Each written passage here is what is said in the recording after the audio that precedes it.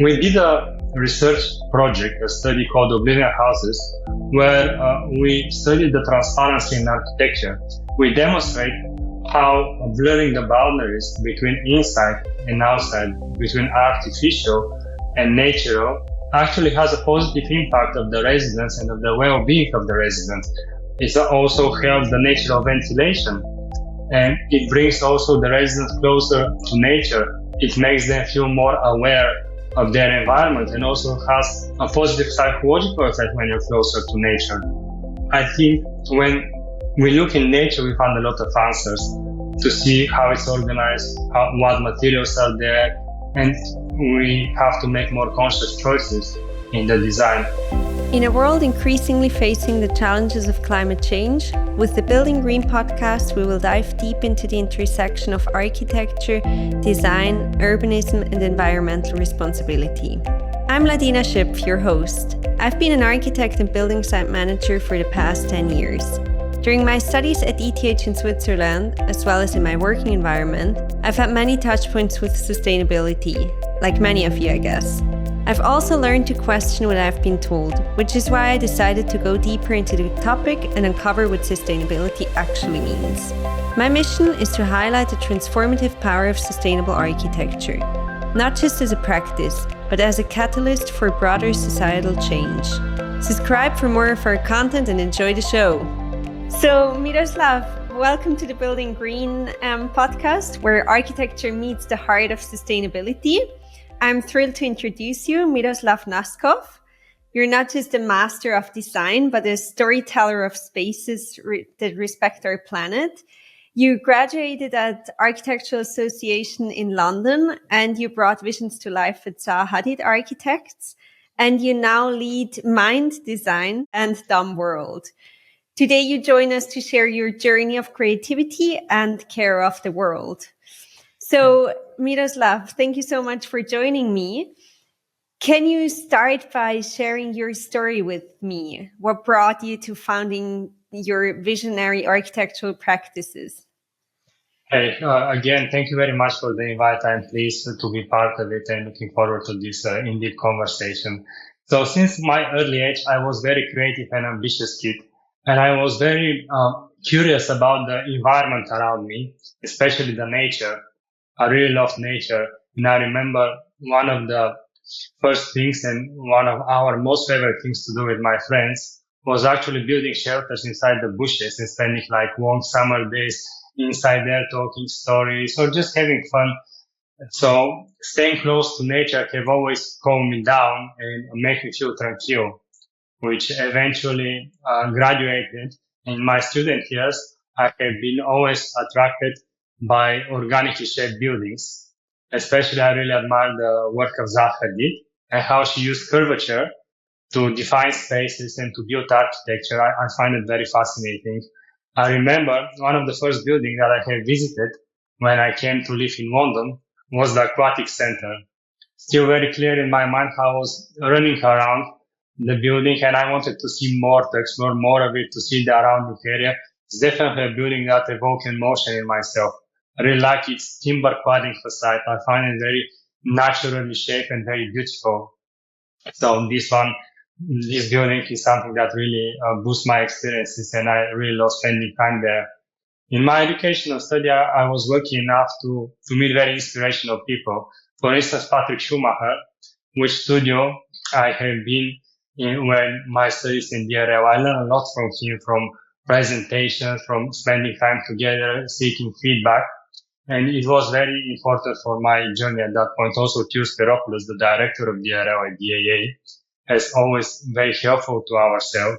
And our team in the beginning, I remember we had some tough moments in the team, but he was always there helping us, pushing us, doing daily based activities. And yet we finished with a very strong project and a very successful team. I always cherish the moment that I entered the DRL studio. It was like a few years before I applied to study there. But I was stunned for a moment because all around me there were so many amazing objects and models, all organically shaped, nature inspired, so beautiful. And in that very moment, I felt very inspired and I really wanted to be part of this place. And I remember like spending probably an hour or two just going from one model to another and exploring and seeing more about it. There were different scales, different materials, different techniques like CNC machine, robotics, 3D printing, all of these various techniques. And it's always dynamic place. It's always evolving. Every year, new models are born, new ideas are shared. I'm quite happy, by the way, that nowadays you can see our work there when when you go. So definitely staying close to the academia, to the Architectural Association here in London, is something that really inspires me and really boosts my creativity to stay on the top edge. Feel very inspired by the work of the students. Also, we've been introduced to a lot of sustainable practices there, how to use advanced computational tools and fabrication techniques in order to boost sustainability, to promote the idea of more conscious choices when we do design, in order to be in close in touch with nature. So that's, I really admire my time there. Nowadays, when I think, I really admire the work of Hedderwick Studio, how they combine natural materials and invite nature into build part of their architecture actually. I love spending time with my friends or my family in New Code Yard, which is a place in London where I find like a great example that architectural design can bring a new public space to life, and a lot of people can spend their time together and sharing ideas, just be together. You know, there's a very nice places like also like a water areas, boats, stuff like that. So it's a very lovely place. So yeah, I really like this one. When I think now, it's probably all of my life. I love building things. Nevertheless, is building a team, building design, building a brand, or just building a clay model with my daughter. This is something that really makes me happy and I really love to do. So yeah, this is how I started, and this is my where I am now. But yeah, I've been introduced to these sustainable practices, that through my life I start experiencing, and I really believe in them. Your designs are like nothing we've seen before. They are simply out of this world. And you already touched the topic a little bit. Could you share a bit about the magic behind the scenes? How can you walk us through the design process, and what role does AI and tech play in your creative process? Yeah, so basically I'm a designer that I really believe and I'm really passionate about sustainable design that evoke emotions and boost experiences, recognizes the importance of collaboration and constructive feedback when achieving it. Also, when you start putting these things together, you start build a vocabulary, you start build identity on how to do things. And following these things, we at Mind Design challenge ourselves in the very various fields of the design. We are always trying to learn new techniques, to use new tools in order to produce a high-end design which is aligned with sustainability, but also it has like a great inspirational aesthetic qualities. We have conversation between each other. We brainstorm on a daily basis. We seek feedback from one another in order to refine the design and to produce high-end design pieces. We aim for a very brave vision for the future of the architecture. However, we are acknowledging the past. So, for instance, we are working on a heritage building where it's very important to maintain historically important elements while we are giving a new touch to this building and contemporary life. We gain a lot of knowledge in this project, working with environmentalists, with conservators, with archaeologists. In this conversation, we hear from one another, we challenge ourselves with the aim to produce like sustainable high-end design project in the end. So we use a lot of about the AI. We use it for in the very early of our design stages when we brainstorm ideas. Also for storytelling, we input our ideas, our goals, and the AI brainstorm together with us. So this is how we use it. We also have another new challenge we set ourselves, which is building a product design series where we also aim for a lot of using of technologies and sustainable design. It's very fun to build a product, but at the same time, it's quite hard. You have to allow yourself to be patient. You have to allow yourself to make mistakes and eventually learn from your failures. We are testing different techniques, different materials. We test wood, stainless steel. We test CNC machines, robotics, 3D printing, handcrafting, polishing. So we are not constrained to be very technological or very handcrafted. We are very open to mix all of them, like high advancement of technology, but also like a very specific handcrafting. And as I said, you have to be very patient. I'm still very impressed how long does it take for a CNC machine to carve out, for example, stainless steel. It's taking like ages. Also, another one that we are working is our collaboration is the creation of Dome World, where we are aiming to produce like a platform that mix like a digital and physical spaces, offering the hub for the creative society to play, learn, earn, and where our aim and our goal is to bring all of the creative industries under one roof, where they can cross inspire each other, they can work together. So we believe in this collaboration can even boost even more the success of the design. We work with a very diverse team. We have architectural designers, we have game developers, Unreal Engine generalists, we have fashion designers, entertainment and media producers, environmentalists. So as you can see, it's a very diverse team, but it's a lot of fun working together. We have a lot of nice time where in the conversation we brainstorm, we seek feedback from one another, something that we haven't thought as an architectural designer, somebody like a fashion designer give an idea. So it's not always easy to get like a critical feedback, I have to say. I remember once we have designed a very beautiful space, a lot of lounges, seating areas, lighting, stuff like that. However, one of the teams said, it's very beautiful. However, you have to spend a lot of time there, probably got bored very easily. So this actually gave another perspective how we can create our design not only beautiful, but also engaging. So I really believe in the recognition of the collaborative approach and using of AI, advanced design techniques in order to refine our design. And I see nevertheless, for instance, the Dome World, the first step is to do digital, but then like a physical world. So nevertheless, it's digital or physical. We always aim for these sustainable practices that I believe through our inspirational design, we can inspire other designers and people to use these practices in the real world and to be more in touch with nature, to look around to the nature. And I believe that when you look in nature, you can find a lot of answers for yourself, not only as a designer, but also as a human being at all. I really want to dive deeper into the work you do with Dome World, because it's like a different world. It's the metaverse, right? But yeah. First, I'd like to go back to the physical work you're doing. So for those listeners who are not familiar with your work, you don't just build architecture. So you mentioned also that you want to create feelings and experiences.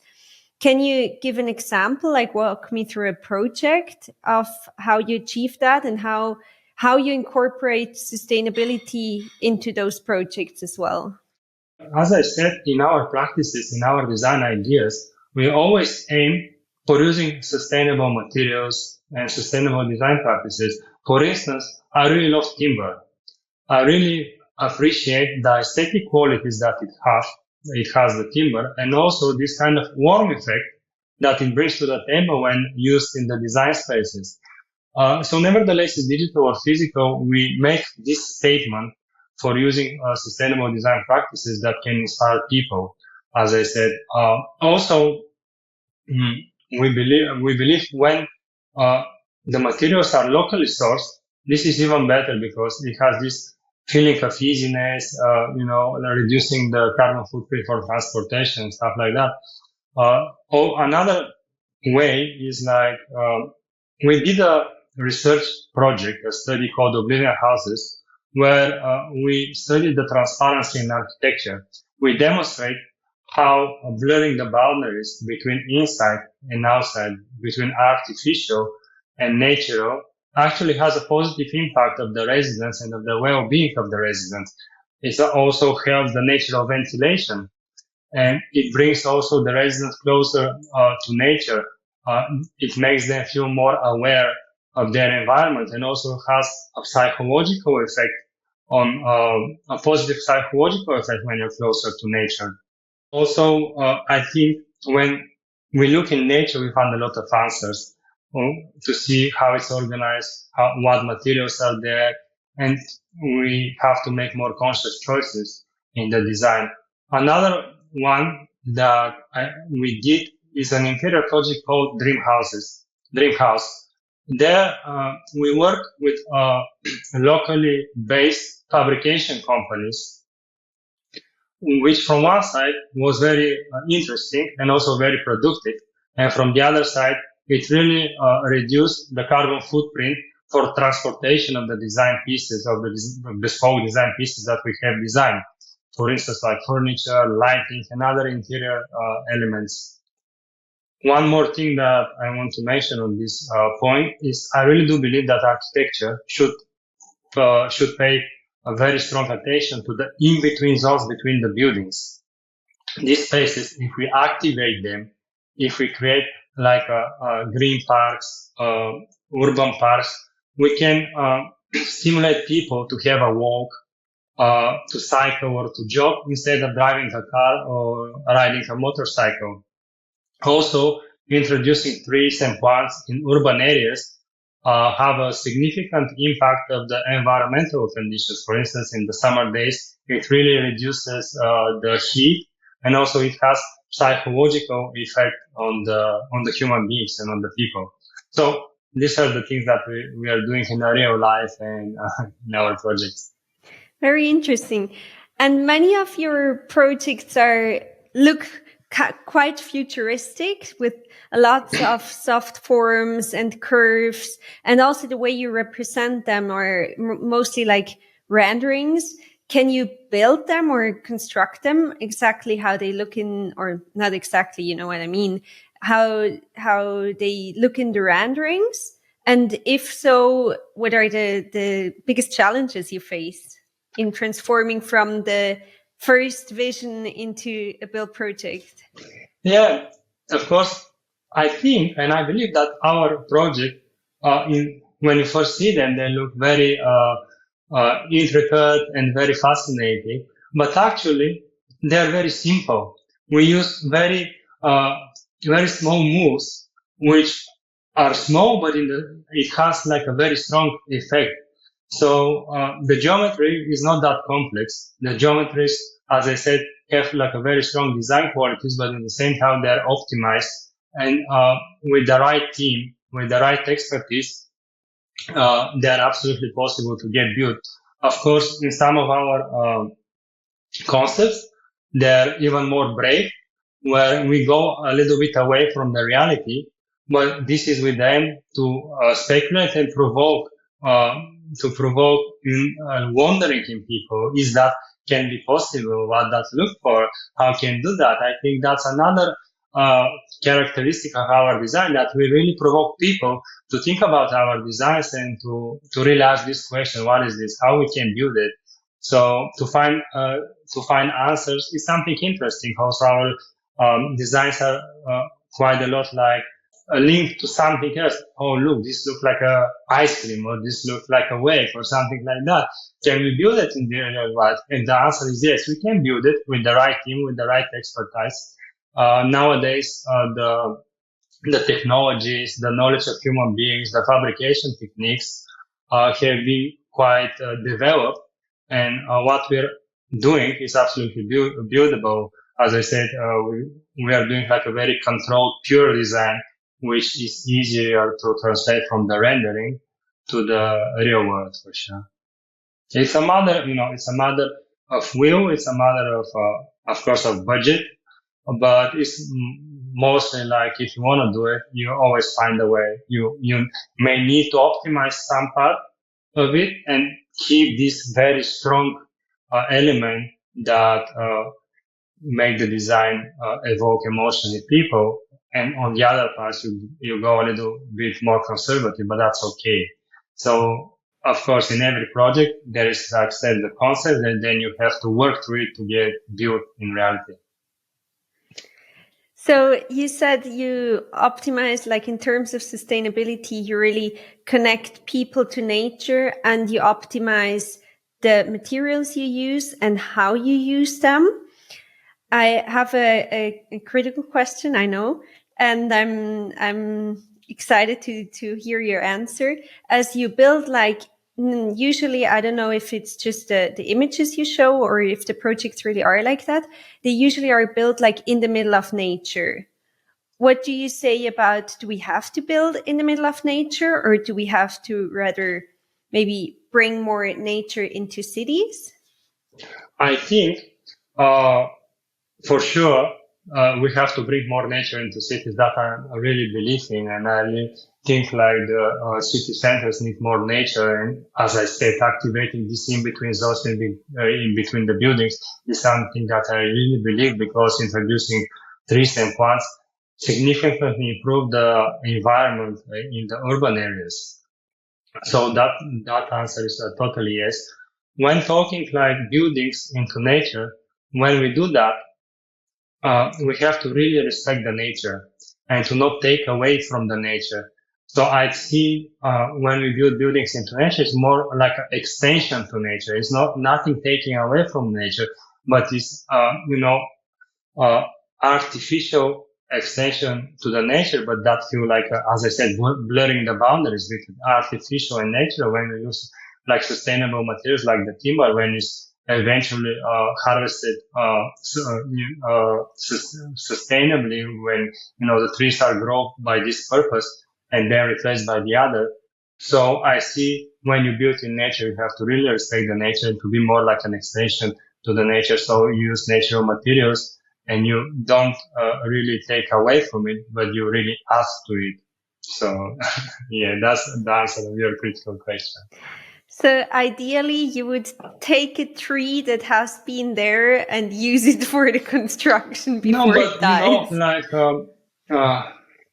I wouldn't say like take the tree out that has been there, but in your building we can introduce a lot of plants inside.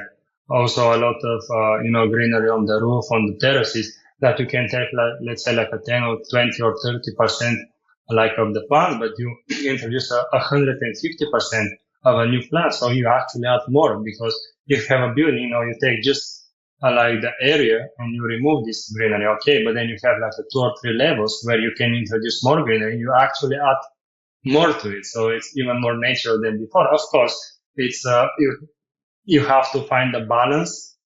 It's always like critical, and in order to make like a conscious choices, which works with nature, which don't. But I think if you make the conscious choices and the right decisions that are less harmful to the nature and are more intact to it, you can find the good balance. And I don't see the architecture like enemy of nature. I think that they could be, in my opinion, my belief, like intertwine and work together. So I see our architectural concept as an extension to nature. A few of you might know that I recently opened my own architecture studio, and I just started with the podcast. I'm very excited to build a platform where I connect with inspiring people to learn along the way and share these learnings with you.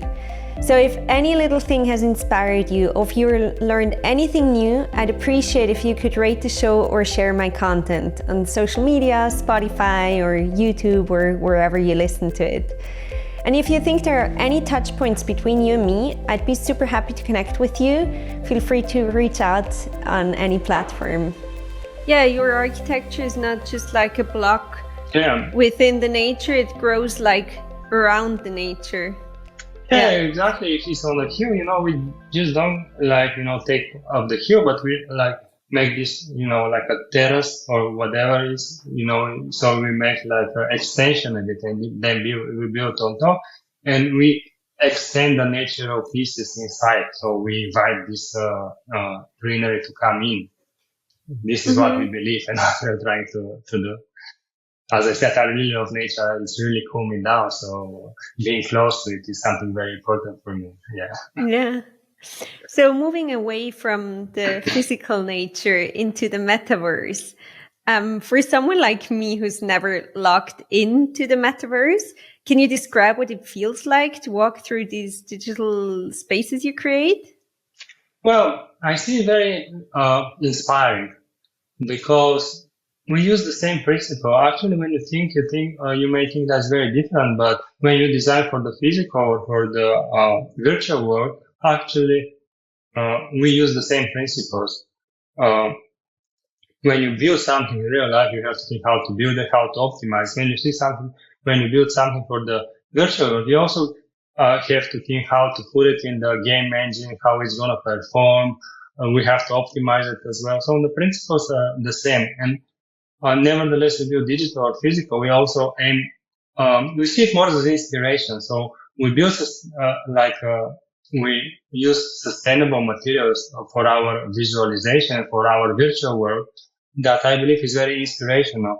And when you go in, you actually feel in what we are doing, you feel surrounded by a lot of greenery. You're inside of organically shaped buildings that it really makes you feel tranquil and boost your experience. So I see this virtual world as an extension to the real one. Like imagine you want to go in the park, but it's very snowy, rainy day, you feel very cold. So eventually you can go in this virtual world, very shiny, where the nature is green, where the building is organically shaped, and you can spend some time relaxing there and just feel inspired for the rest of the day. I don't know how the other projects in the metaverse look like, if that's like a trend that the metaverse is more green, but do you think these kind of images, they shape the way we see the world and they shape what we find beautiful? Because I think there has to be like a shift in architecture of what we find beautiful in order for it to be more sustainable. Honestly, most of the other metaverse or virtual projects are not exactly like very green. They are more like taking neon lights, very colorful and stuff like that. However, our vision is to be in touch with nature. I think because we believe to feel good, you have to. It's very important to feel when in nature, to be like feeling outside in a nice summer day in a garden or something like that. So we're trying to marry the sustainable principle with the aesthetic qualities. I don't think they should exclude one another. Totally the opposite. I do believe that where aesthetic qualities and sustainable values are intertwined, it actually makes the design even better. It really boosts the experiences of the people who are inside, or they evoke their emotion and makes their time there very pleasant, very tranquil. Their well-being is quite boosted. So this is something that we believe if we merge these values, we really create like a design that evokes emotions, and people want to spend more time there, inspire people, and I believe that we really inspire other designers to go to these practices. So yeah, that's my answer on that one. How does it work? Can everybody enter like your building, and do you have like measurements of who spends how long in your building or something like that? So for now, it's on invite only. So because we are building it now, we have like a one location which is working, and everyone from everywhere, if it has like the key or the invite link, they can go inside and spend time together. So how it works in the moment, you can go inside and you can learn a lot. It's like an exhibition space where you have like models of the other part of the world where you can read and can interact with them. You can spend time with a friend from elsewhere, and you can talk. You can fly around, see the architecture, see the nature. You can relax, and you can go to the yoga place and just see the tranquil music. So it's like a one island now where you can go and spend some time exploring the ideas and the beliefs that we have behind the creation of this virtual world. As we said, we are aiming to translate this idea in a later stage in the physical world. So some of the things that you see there, you can have them or see them in the real life. So we see it more as an extension to the real world, not like we don't want to really make the boundary between real and virtual. It's more like one is helping the other to feel more big, more large, more inspirational. Yeah, so it's like your inspiration for your playground of inspirations for the real world. Yeah, exactly. I mean, the real world, I find it very inspirational. When I look around, I find a lot of things that are inspiring us. And I think so all about this blend between virtual and digital. Maybe you can uh, do some more ideas and speculation on the digital world that eventually some of them could be translated and very useful in the real world. In the digital, you feel more free to speculate and to try more both ideas. And when you try both ideas and when you challenge yourself with futuristic visions, this is actually how you learn and how you can gain some qualities to the real life. So we're using design as a tool where uh, we try to solve the problems of today for future vision of tomorrow, for more bright vision of tomorrow. So this is how we use design as a tool for exploration. It's cool. You've worked for Zaha Hadid Architects, a name that speaks volumes in design and innovation. How has the experience influenced your current design and the way you approach architectural innovation? Yes, as I said, from my student years, I've been really impressed by the work of Zaha Hadid architects and how they use curvature.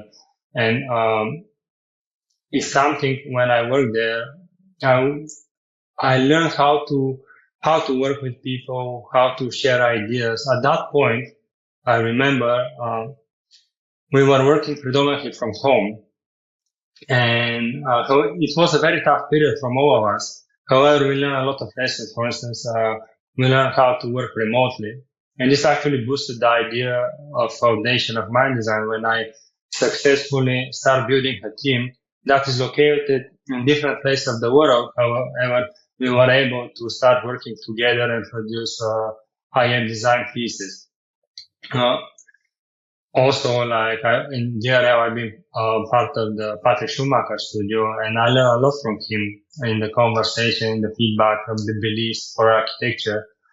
So I really admire my time in the DRL with him and also my time at Zaha Hadid because I met like a really inspirational people from whom I really learned a lot, and it was a great time. So it's something very nice. It's very inspirational for me. I really cherish the moments that I have there. So it was a good time. Very nice. So back to your work, it really challenges the norm, and that can stir up some skepticism. Have you faced any tough critics? Of course. I mean, I think it's absolutely all right to have critics. If you don't have any critics, I think you're not doing enough. So that's my belief. And we have critics like that's very expensive, that is not buildable, and all of these stuff like misbeliefs in our design, mostly about is it buildable and is it too expensive. However, that, as I said, the answer is buildable because it might seem uh, complicated. However, it's very pure and very little move make a lot of quite huge effect. And also regarding the expenses, I think like many people believe that building high-end design and building like a sustainable design comes to a higher cost. However, I think, of course, partly that's correct, but because of the recent advancement of technology, of all of the research done, the recent years about all of the knowledge gained by human beings, sustainable design practices come to a more affordable rates nowadays. So we have to make conscious choices and go away from the harmless decisions for the nature and use more sustainable practice. So having a critiques is absolutely okay. This, as I said, it means that you're doing stuff, you are sharing your ideas. Of course, no, not everyone would accept your ideas, but there are people who believe in them, and I think this is something that keep us going because we believe in what we share. We share for more uh, architecture that really evokes emotion, more sustainable practice into it. So yeah. And how about the costs of these experiences you create? Not in money, but in energy and sustainability terms. Are there costs that you face? As I said, choosing the materials that are sustainably sourced, harvested, uh, this would help the sustainability aspect of the architecture. Also, this transparency that we aim for it and the blurring the boundaries helps a lot of the natural ventilation between inside and outside, which also reduce the cost of heating or cooling down, and also introducing the solar panels that we did in the dream house. It's actually uh, probably like 70-80% of the house is getting its energy for the solar panels itself. So what we are building, I think it's sustainable and it has long term like a lower cost than if it's just like a normal, not without thinking about sustainability aspect. Can you tell me which is your favorite project and where it is? Well, as I said, I really like Keller Studio and how they combine materials, natural materials, how they invite nature in. And based on that, I really like Leeds Magic Center, on which I found as a very fascinating project. From the outside, for me, it looks as a garden, like as a Babylon terrace gardens with a lot of lush greenery, a lot of plants for the outside. So when you see it, it's a part building, part garden. And when I see the visuals from the inside, from this big open space, there you actually can access and admire the qualities that the design brings. You can see the timber structure that is going in the middle. You can see all the plants and natural material inside. So this, for me, it really evoked my emotions and it feels very tranquil for the people who spending their time inside. So this is a project that I really admire and it has always been something, like a special project for me. And which one is your favorite project from your own project? Honestly, I never thought about that. I'm proud with many of our projects. I think what we did, like chronologically speaking, what we did at the DRL with my teammates and with Patrik, is something that played a huge role in my career because the MMVW project, this one from the DRL, is something that really gained a lot of attention worldwide, and I'm really very very proud because we really lived to it. We had, as I said in the beginning, very tough moments within the team, and then we were able to come together and to build this project and to get such a success worldwide. I think it's a special one. Also, I'm really proud of the Oblivion House's research project because we were able to demonstrate the qualities of emotive design and about the design that blurs inside and outside. And we really were able to mix the boundaries between architecture and nature and showed really how it boosts experiences. So this is really special one for me. Also, the the Dome World this one is a very huge, is a, the whole world project that we are doing. So this is still ongoing. It's a lot of islands there, a lot of project within the project. So this is something that keep us busy on a daily basis, and we continuously work on it. Also, the heritage building that we are working on, which is going to be like a 5-star hotel, is something very special, because in this one, we get so much knowledge. It's not just the design, but it's archaeologists. There was like probably 6 or 8 months just for archaeological works, then conservators, then environmentalists. Working with all these people, we get so much knowledge within the project, and it's even harder to work with something that has is historically important than to building something absolutely new on a plain place or something like that. So this project now, just on my list, in my mind, I count it like something that I'm really proud and I really like them. It's wonderful. And one last question towards the future. So looking through your visionary work lens, where do you see sustainable architecture heading? Well, I believe that more people are getting aware that we have to make more conscious choices about not only architectural design, but as a human beings as well, to make conscious choice about our way for living, to live more sustainable design, to look into nature to find solutions. So I see going away from this paradigm that architecture can only be built from concrete and steel, but instead looking around for alternative solutions. As I said, timber has such strong aesthetic qualities, and people just feel the warmth when are in buildings built by timber. So I think making more conscious choices, merit the sustainability and aesthetic qualities. I believe that's the way for sustainable architecture to be even more stronger statement. If it's beautiful, sustainable, I look for that future for sustainable architecture. And we're in an industry that's increasingly concerned with sustainability.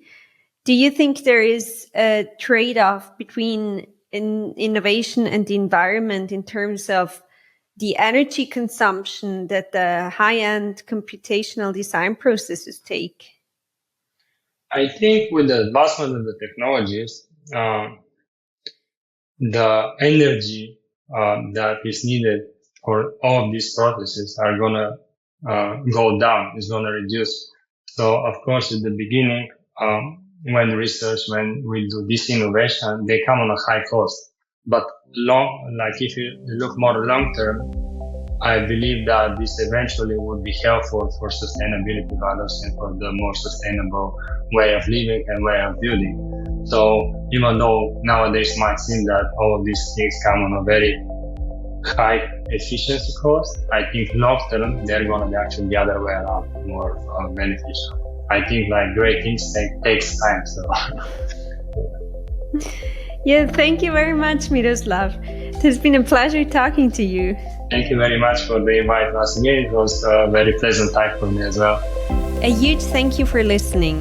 Make sure you subscribe to the show wherever you listen to the podcast to support me and so you don't miss an episode. And while you're there, I'd also be so grateful if you could rate and review us. If you have any guest suggestions or any feedback, you can find me on the socials at LadinaShip. Thanks.